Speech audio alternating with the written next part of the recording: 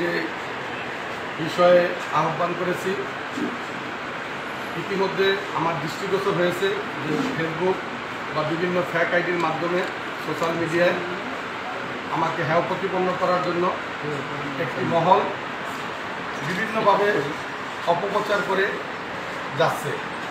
তাই আমি এর তীব্র প্রতিবাদ ও নিন্দা জানানোর জন্য আপনাদের শরীয়তপুরের এবং নড়িয়া সহ যে সমস্ত মিডিয়া ভাইরা আমার ডাকে সাড়া দিয়ে এখানে আসছেন, সকলকে আমি আমার পক্ষ থেকে ধন্যবাদ ও কৃতজ্ঞতা জানিয়ে আমি আমার বিষয়টি শুরু করতেছি।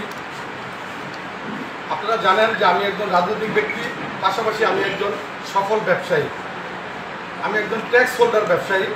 আমার প্রতিষ্ঠানের নাম সাগর ট্রেড ইন্টারন্যাশনাল। এই সাগর ট্রেড ইন্টারন্যাশনাল নামে ঢাকাতে আমার কয়েকটি প্রতিষ্ঠান আছে। তারই ধারাবাহিকতায় নড়িয়া উপজেলা খাদ্য বান্ধব নিয়ন্ত্রক অর্থাৎ ন্যায্য মূল্যের চাউলের ডিলার নামে আমার বরিশাল নোয়াদ্দা বাংলা বাজার একটি ডিলার আছে, সাগর ট্রেড ইন্টারন্যাশনাল নামে। এই ডিলারটি গত মার্চ মাসে আমাকে দেওয়া হয়েছে। মার্চ, এপ্রিল, মে 3 মাস ডিলারের কার্যক্রম আমি নিজে উপস্থিত থেকে খুব সুন্দরভাবে সুনামের সহিত পরিচালনা করে আসছিলাম। যেহেতু বরিশাল ইউনিয়ন আমি একাধিকবার নির্বাচন করেছি, সেহেতু আমার যারা এই ন্যায্য মূল্যের চাল পায় তারা আমার ভোটার, তারা আমার আত্মার মানুষ। তাই আমি তাদেরকে জনসেবা করার উদ্দেশ্যেই কোনো লাভের চিন্তা করে নয় আমি এই ডিলারটি এনেছিলাম। গত আগস্ট মাসের 1 তারিখে আমি হঠাৎ মালয়েশিয়া যাওয়ার চিন্তাভাবনা করেছি। তাই আমি নড়িয়া উপজেলা খাদ্য বান্ধব নিয়ন্ত্রকের মাধ্যমে লিখিতভাবে 1 আগস্ট থেকে 30 সেপ্টেম্বর পর্যন্ত 2 মাসের জন্য বিল্লাল হোসেন পিতা হযরত আলী খান ওকে আমি ডিলারটি লিখিতভাবে হস্তান্তর করে দিয়ে যাই। হস্তান্তর করার পরে আমি 11 আগস্ট মালয়েশিয়াতে চলে যাই। 16 তারিখ বিল্লাল হোসেন 12 টন 60 কেজি চাল ডিউ করে এবং 18 এবং 19 তারিখে মাল বিতরণ করে, যা আমি কোনো অবগত ছিলাম না, কারণ আমি তো ওকে লিখিতভাবে অর্পণ করে দিয়ে গেছি। তাই আমি ব্যস্ততার কারণে আমি নিজেও খবর নেইনি এবং উনিও আমাকে কোনো বিষয় জানায়নি। এরই মধ্যে আমি 19 তারিখ জানতে পারলাম যে চাল বিতরণ করতে যায়া গরিবের চাল কিছু আত্মসাৎ বা কিছু অনিয়মের অভিযোগ করছে। সাথে সাথে আমি ওকে ফোন দিয়ে চাল বিতরণ বন্ধ রাখার জন্য বলি এবং আমি খাদ্য নিয়ন্ত্রক কর্মকর্তা সহ ইউনু মহোদয়ের কাছে আমি বিষয়টি জানতে চাই। তারা আমাকে বলছে যে আপনি দেশে আসলে আমাদেরকে একটি ব্যাখ্যা দিবেন, যেহেতু আপনার নামে লাইসেন্সটি। আমি 21 তারিখে দ্রুত গতিতে মালয়েশিয়া থেকে বাংলাদেশে চলে আসি। আইসা আমি 23 তারিখে ইউনু মহোদয়ের লগে দেখা করি। দেখা করার পরে আমি তাকে একটি লিখিত ব্যাখ্যা দিয়েছি যে ঘটনার সময় আমি মালয়েশিয়া ছিলাম, সেই কারণে আমি এই ডিলারশিপের চাউলের বিতরণের কোনো খোঁজখবর নিতে পারি নাই।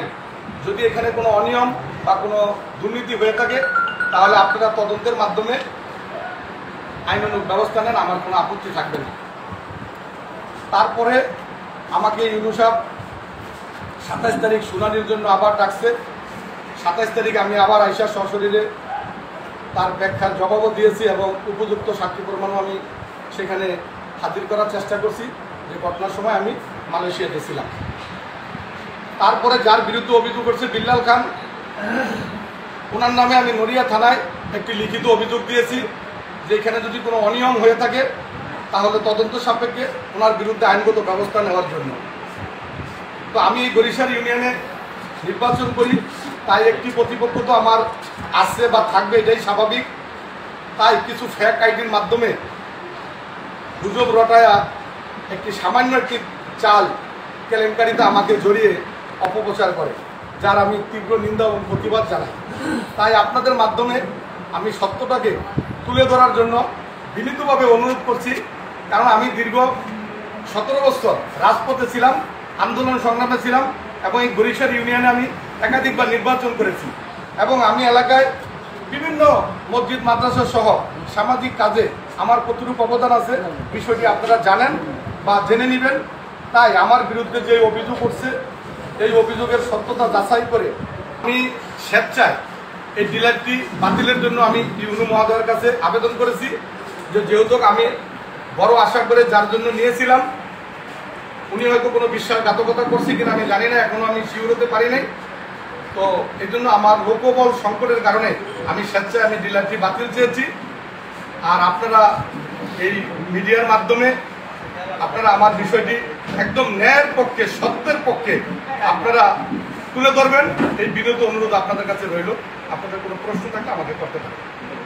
সেবার জন্য আনছেন, তাহলে কেন আপনি এটা বাতিল করে আবেদন করেন? ও আচ্ছা, সেবার জন্য সেবা করে আসছেন।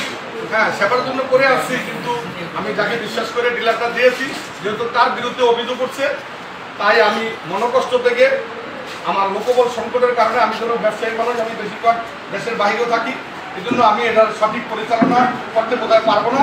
এই কারণেই আমি স্বেচ্ছায় ডিলারটি বাতিল চেয়েছি।